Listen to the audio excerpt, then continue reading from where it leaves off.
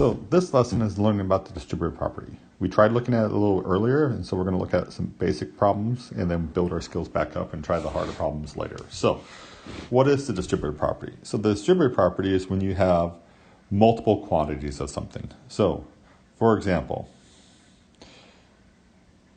you have 4 sets of 2 apples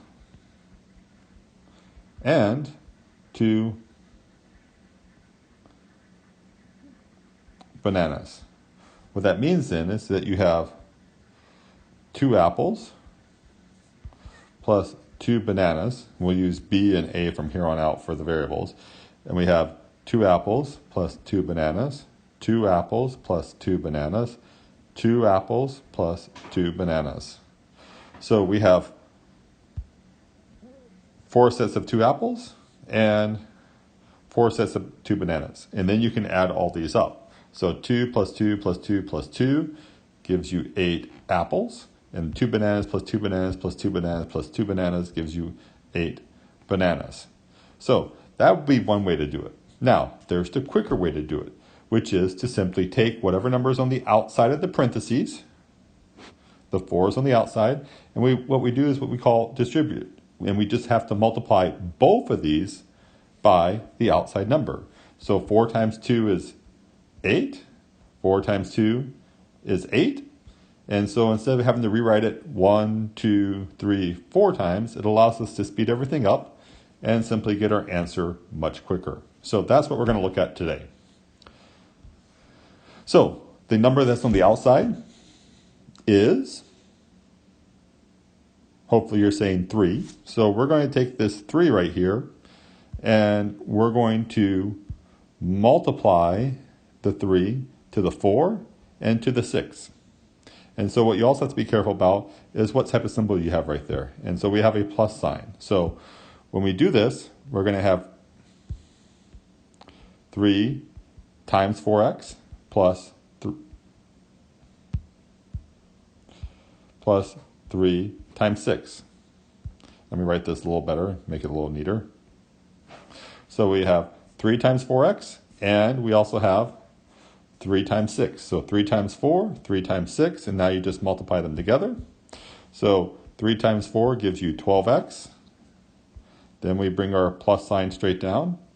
And then we have 3 times 6 is 18. And that is our final answer. Next problem. Here we have a 5 on the outside, and we're going to have to multiply it to the 7.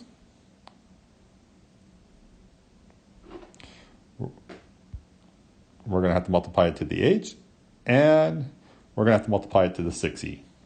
And so what we have then, since we have this 5 here, we're going to go 5 times 7, 5 times h, and 5 times 6e.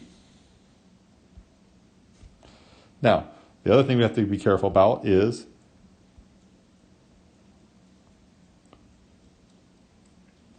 what operation do we have between all these numbers?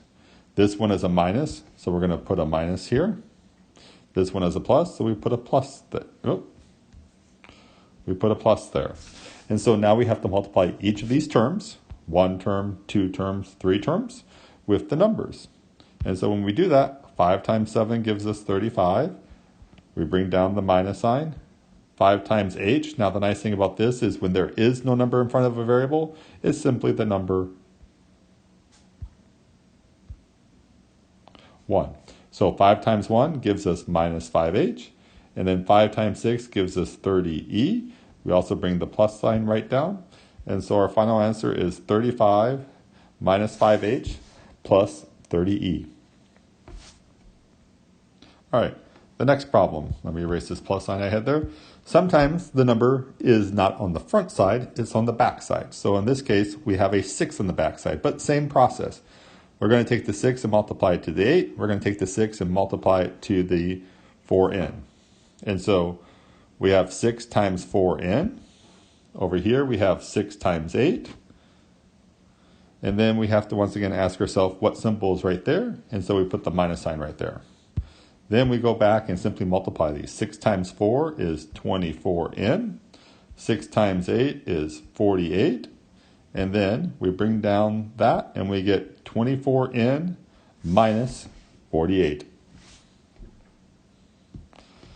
Sometimes you have more than 2, you have multiple ones, and so it's the same process. You just take the 9 and you multiply it to all 3 of these again. And so what we get then is we get 9 times 6s, 9 times 8r, and 9 times 7t. And then we have to ask ourselves what symbols we have right here. So this becomes a minus and this becomes a plus.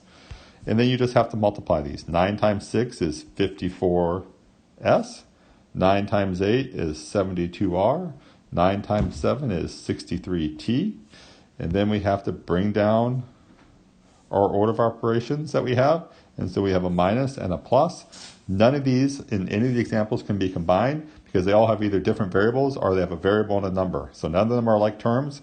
And so our final answer is simply 54s minus 72r plus 63t.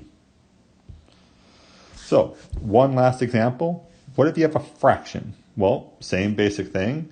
You take this fraction and you're going to multiply it to all of these numbers. But since you're multiplying a fraction, you should change all these numbers into a fraction. And when you have a whole number, you simply have to do what to it? You have to put a 1 below it, turn it into a fraction. So we're going to have 1/3 times 9 over 1h. Then we're going to have 1/3 times 18i over 1. And then we're going to have 1/3 times 30j over 1. And then we have to make sure we also include our symbols. So we have a minus sign and a plus sign. And so now we just multiply the fractions. So 1 times 9 gives you 9 over 3h.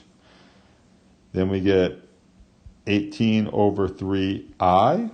And then this gives us 30 over 3j.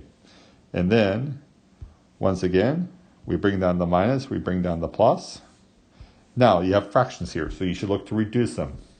3 divides 9 3 times, so this actually gives us a final answer then of 3h. 18 divided by 3 is 6i. 30 divided by 3 is 10j. And then, once again, bring down your operations. We have a minus and we have a plus. And so our final answer will be 3h minus 6i plus 10j. Well, that concludes distributive property. If you have any questions, either ask during class time or see me on Monday or Friday during Zoom office hours, or you can also email me and I'll try and shoot an answer back that way. But your best bet is to watch the video again or find me during office hours. Thanks and have a nice day.